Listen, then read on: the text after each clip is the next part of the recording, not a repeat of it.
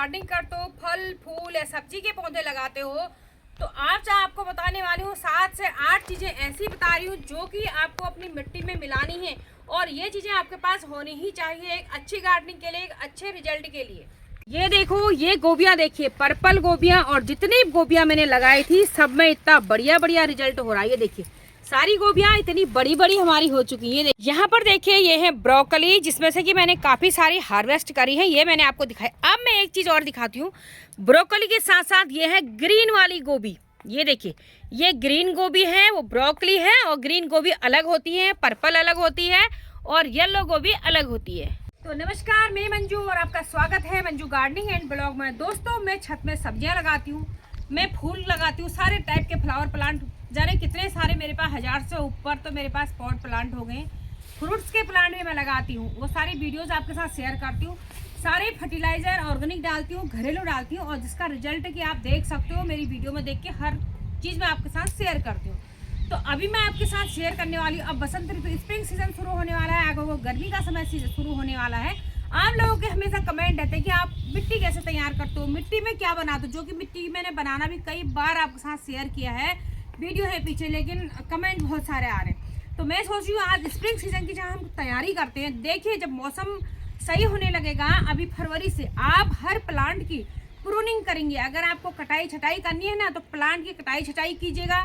Roots bond हो गया है गमलों में, पॉट में, जो हमारे प्लांट होते हैं उनकी जड़ें बाहर निकल आती हैं, जिससे कि प्लांट ग्रोथ नहीं करता है और रूट अपना काम अच्छे से कर नहीं पाते। तो रूट्स की ट्रिमिंग वो करना, सारा काम आप फरवरी के महीने से शुरू करेंगे। तब करेंगे जब आपके यहाँ गर्मी शुरू होने लगी, मतलब धूप आने लगी, यानी कि कोहरा लग रहा, बादल लग रहा।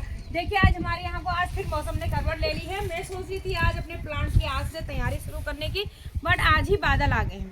तो जब मौसम सही होने लगा तब, क्योंकि अचानक हम कटाई छटाई सब कुछ कर देंगे, बहुत बारिश हो जाएगी तो प्लांट में फंगस लगने का भी खतरा होता है ना, खराब होने का, तो इसमें नहीं करेंगे। तो दोस्तों, इसी श्रृंखला में पहली चीज हम क्या कर रहे हैं, हम लोग गार्डनिंग करते हैं तो सबसे पहले आपको मिट्टी, गार्डनिंग तो मिट्टी तो चाहिए, मिट्टी तो होनी है। मिट्टी आपको नहीं मिलती तो आप नर्सरी से मिट्टी लेके आ सकते हैं। मिट्टी के साथ ही हमें गोबर की खाद चाहिए होती है। गोबर की खाद आप अगल बगल कहीं आपको मिल जाती तो अच्छा, नहीं तो ऑनलाइन में मिलती है, ये चीज़ें हो सकती हैं। दूसरी चीज़, हमें अगर आप गोबर की खाद लो या फिर आप वर्मी कंपोस्ट लो, वर्मी कंपोस्ट भी आप वो तो ऑनलाइन ला सकते हैं। तो पहली चीज़ वही है कि गोबर की खाद रखनी है। जब हम सीजनल फूल फल के प्लांट लगाते हैं, वेजिटेबल से लगाते हैं, तो उसमें मिट्टी और खाद, मैं अपना अनुभव बता रही हूँ, जो मुझे रिजल्ट मिलता है मैं करती हूँ, बराबर मात्रा में मिट्टी और खाद में रख लेती हूँ। तो उसके लिए आपको गोबर की खाद या फिर आपको वर्मी कंपोस्ट जरूर लानी है। अच्छा, इसके साथ साथ ही हमें बहुत सारी मेहनत अपने गार्डन के लिए करनी होती है। जितना दिखने में आसान होता है, होता नहीं है। तो दोस्तों, आपको गार्डनिंग को सस्ता अगर करना है तो इधर आइएगा। तो सबसे पहला चीज, जितना भी आपके गार्डन में पत्तियां, लीव्स रहती है ना, मोटी शाखाएं होती है, उन्हें कट कीजिए, किसी ग्रो बैग बना लीजिए, कोई ड्रम बना लीजिए, उसमें इकट्ठा करना शुरू कीजिए। ये देखिए, इसमें डालते रहिए, इससे थोड़ा सी मिट्टी डालिए, इसको डालिए, पानी से इसको भिगोते रहिए, ऊपर खुले में आपको रखना है। देखिएगा, आपके 1 महीने 2 महीने में आपकी कंपोस्ट बनके तैयार हो जाएगी, लीव कंपोस्ट। और ये कंपोस्ट इतनी पावरफुल होती है, अगर आपके पौधों की ग्रोथ नहीं होती है ना, उससे बहुत अच्छी ग्रोथ होती है, इससे बहुत ही बेस्ट रिजल्ट मिलता है। तो आप जो है ना, लीव कंपोस्ट बना सकते हैं। दूसरी चीज़, हमारे किचन में जितना कचरा निकलता है, फल फूल साग सब्जियां आप लोग खाते हैं, उसको वेस्ट मत कीजिएगा, उससे आप कंपोस्ट बना दीजिएगा। कई वीडियो मैंने डाल रखी है, तो वो कंपोस्ट खाद आपकी तैयार हो जाती है।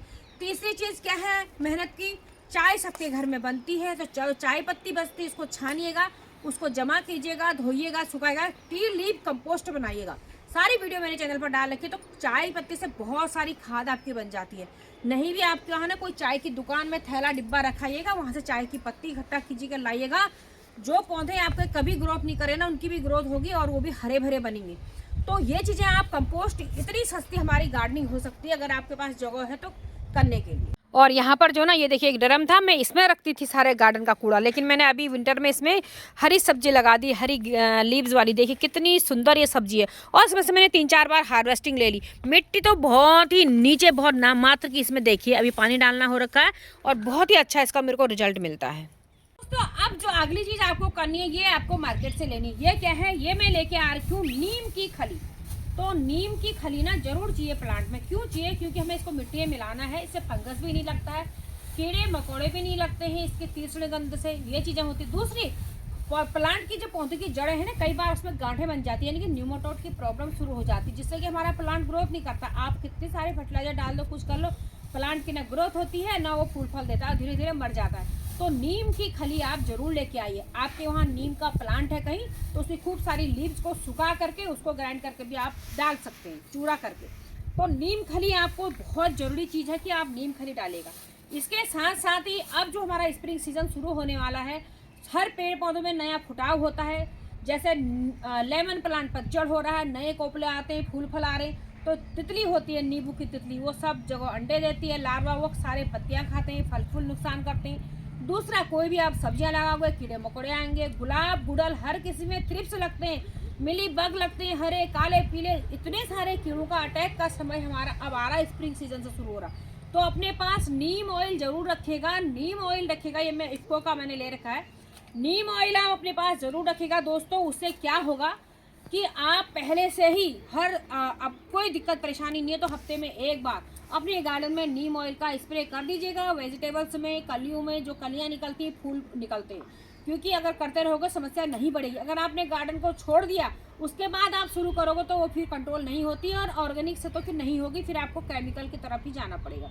तो ये चीज़ आपको जरूर कर लेना है। इसके साथ ही एक चीज़ आपके पास से मैं और शेयर करती हूँ। अभी विंटर में अगर आप लोगों के पास लकड़ी, कोयले, राख आपने भी तैयार किया है, ये लकड़ी की राख मैंने तैयार कर रखी है, ये भी हमारा इंसेक्टिसाइड का काम भी करता है मिट्टी में, देखिए। और कीड़े मकोड़ों के ऊपर भी ना इस राख को हम स्प्रिंकल कर देते हैं, ऐसे ऐसे छिड़काव कर देते हैं, तो जो पत्तियों में कीड़े मकोड़े होते हैं वो भी नहीं लगते। दूसरा, फर्टिलाइजर का काम करता है, पोटेशियम, कैल्शियम, फास्फोरस, तीन चीज़ें हमें लकड़ी की राख में मिल जाती हैं। तो इस चीज़ को आप अपने गार्डन में इस्तेमाल करेंगे स्प्रिंग सीजन के लिए तो बहुत ही अच्छा आपको रिजल्ट मिलेगा इससे। तो दोस्तों, और चीज़ क्या मैं आपको दिखाने वाली हूँ, ये चीज़ मैं क्या लेके आ रखी हूँ, ये है सरसों की खली। अब बहुत सारे लोग कहेंगे कि क्या हम गर्मी में भी सरसों की खली को डाल सकते हैं? बिल्कुल डाल सकते हो। इसकी तासीर बेशक गर्म होती है, गोबर की खाद भी हमारी गर्म होती है, लेकिन डालने का तरीका होता है। विंटर में जहाँ हम 50 ग्राम को 1 लीटर पानी में भिगो के उसका मैं 10 लीटर पानी बनाती हूँ, मैं ऐसे ही डालती हूँ, आप लोगों को बताती हूँ। 50 ग्राम को 4-5 दिन भिगो के 10 लीटर पानी बनाते हैं। गर्मियों में आप उसी 50 ग्राम को 1 लीटर पानी में भिगो तो 20 लीटर पानी बना दीजिएगा, मात्रा को डबल कर दीजिएगा। दोस्तों, इसमें बहुत सारा न्यूट्रिशन होता है, बहुत ही चीज़ प्लांट के लिए बहुत ही अच्छी होती है हमारी सरसों की खली।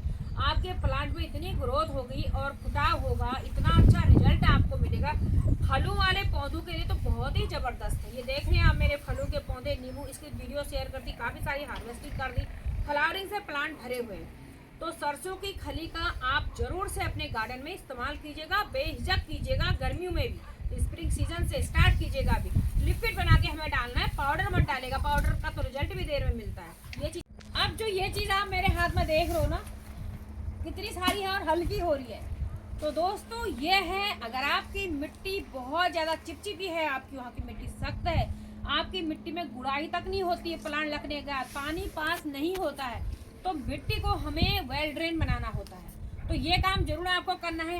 अगर कई जगह रेतीली मिट्टी होती है, बालुई मिट्टी होती है, तो वहाँ चीज़ों को मिलाने की ज़रूरत नहीं होती है। तो अब ये चीज़ है धान की भूसी, ये मैंने ले रखा, मैं धान की भूसी का बहुत इस्तेमाल करती हूँ। मेरे पूरे गार्डन में ना मैं धान की भूसी का इस्तेमाल करती हूँ। देखिए, मेरे वहाँ अभी जो सैंड है ना, वो वेल ड्रेन, वो सैंडी सॉइल है, मेरे यहाँ की रेतीली मिट्टी है, लेकिन फिर भी मैं धान की भूसी मिलाती हूँ, रिजल्ट अच्छा मिलता है। बाद में वो सड़ के कंपोस्ट ही बन जाती है। तो धान की भूसी आपको जरूर ले लेना है। देखिए, अगर आपके पास धान की भूसी ना हो तो आप सैंड, यानी कि रेत, जो नदी का रेत, नदी वाला क्रेशर वाला रेत नहीं, पत्थर वाला सैंड, जो रेत होती है ना, पीली पीली बालुई मिट्टी होती है जो, उसको भी अपने पॉट में मिला सकते हैं। थोड़ी बहुत उसको मिला दीजिए, जिससे कि आपकी मिट्टी चिपचिपी नहीं होगी। आप लोग कहते हैं कि आपकी मिट्टी बहुत काली दिखती है, हमारी नहीं होती, तो वही होता है। तो मैं गोबर की खाद वगैरह मिश्रण अच्छा बनाती हूँ, और दूसरा इस सारी चीज़ों को इस्तेमाल करती हूँ। तो मिट्टी जब हम ऑर्गेनिक चीज़ें डालते हैं ना, तो मिट्टी काली होती है। अगर आपने केवल मिट्टी रखी है, रेत रखा है, और केवल केमिकल आप डालते, तो आपकी वहाँ की मिट्टी बिल्कुल लाल पीली ही दिखेगी, ठीक है, टाइट दिखेगी। ये चीज़ कीजिए। दूसरा चीज़, विंटर में, बरसातों में मैं कहीं भी जो है कोकोपीट का इस्तेमाल नहीं करती हूँ, नहीं बताती हूँ, क्योंकि कोकोपीट ना पानी को होल्ड करके रखता है। तो इसमें क्या होता है, बहुत सारे बिगनर्स हैं दोस्तों, जल्दी रोज पाइप पकड़ के पानी डालने की आदत होती है गार्डन में, तो उससे क्या होता है, हम रोज पानी डाल रहे हैं लेकिन जो कोकोपीट होता है तो अंदर से गीला ही रहता है, जिससे कि पौधे मरने की समस्या हो जाती है, जड़ें गला देता है, वो नहीं करती। लेकिन जब हम गर्मियों में आप फ्लावरिंग प्लांट कोई लगा रहे हो तो गर्मियों में आप मिट्टी में जो है ना कोकोपीट मिला सकते हैं। दूसरा, गर्मियों के लिए हम मल्चिंग का काम भी कोकोपीट से करते हैं, जिससे कि मिट्टी हमारी गर्म नहीं होगी, प्लांट को हमारा गर्मी का शौक नहीं लगेगा। वैसे बहुत ज़्यादा गर्मी में तो हमें प्लांट को छाया के नीचे या नेट के नीचे रखने होते हैं, फ्लावरिंग प्लांट जिनको की गर्मी का असर होता है। दोस्तों, अब है गार्डन की जान, पेड़ पौधों की जान, पेड़ पौधों की ग्रोथ, पेड़ पौधों का विकास, पेड़ पौधों के शरीर को हष्ट पुष्ट रखने के लिए ये चीज़ है। और ये चीज़ क्या है, क्या चीज़ चाहिए हमें? कैल्शियम। अब हमें अपने प्लांट के लिए कैल्शियम चाहिए। हम ऑर्गेनिक गार्डनिंग करते तो हमें ऑर्गेनिक कैल्शियम चाहिए। इसके तो मैंने आपको काफ़ी सारे ऑर्गेनिक घरेलू स्रोत बता रखे थे। अब ये चीज़ जो मैं ले रखा ना, ये मैं ले लेती हूँ चूना। ये 5-10 केजी का चूना हम ले आते हैं, बहुत सस्ता मिलता है चूना। अगर लाओगे 7-8 रुपये किलो मिल जाता है चूना। कैल्शियम का स्रोत है। एक पॉट में 10 इंची के एक पॉट में 1 चम्मच को भिगो के आप डाल दीजिएगा। मिट्टी में भी आप इसको मिला के डाल सकते हैं, 1-1 चम्मच मिला के रख दीजिएगा मिट्टी को, 1 दिन के लिए रख दीजिएगा। उसी दिन नहीं, जब प्लांट में डालना हो तो लिक्विड बना के डालिएगा। तो इस तरीके से चूना हमें ज़रूर चाहिए। मैं चूना का इस्तेमाल करती हूँ, तो ये आप ले लेंगे तो गार्डनिंग में। दूसरा, इसको हल्के से ऊपर से, अगर मिट्टी के ऊपर आपके स्नेल वगैरह हो जाते हैं ना, कीड़े मकोड़े हो जाते हैं, तो ऊपर से मिट्टी में आप चूने को भी डाल सकते हैं, तो जिससे कि ऊपर इस तरह के ना कीड़े मकोड़े मर जाते हैं। तो ये बहुत ही यूज़फुल है।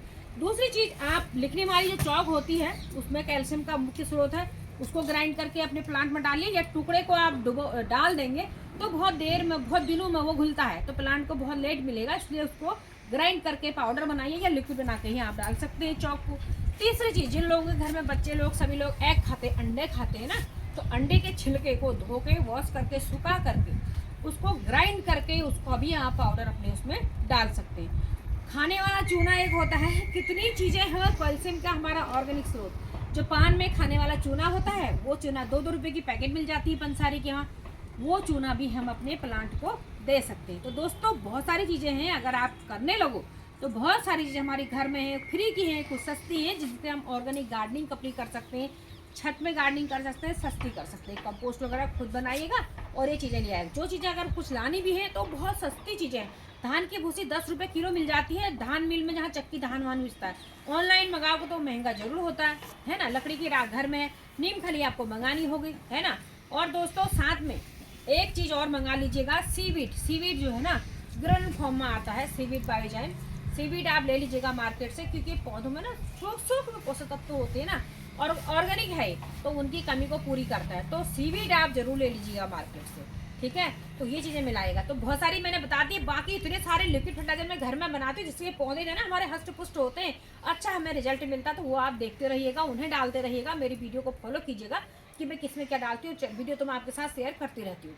तो मिलती हूँ एक नई वीडियो में, तब तक bye bye, happy gardening, take care. आप कमेंट करके बताइएगा आपको कैसा लगा। आप लोग कमेंट आजकल नहीं कर रहे, और वीडियो अच्छी लगी तो लाइक जरूर कर दीजिएगा। तो bye bye, happy gardening, take care.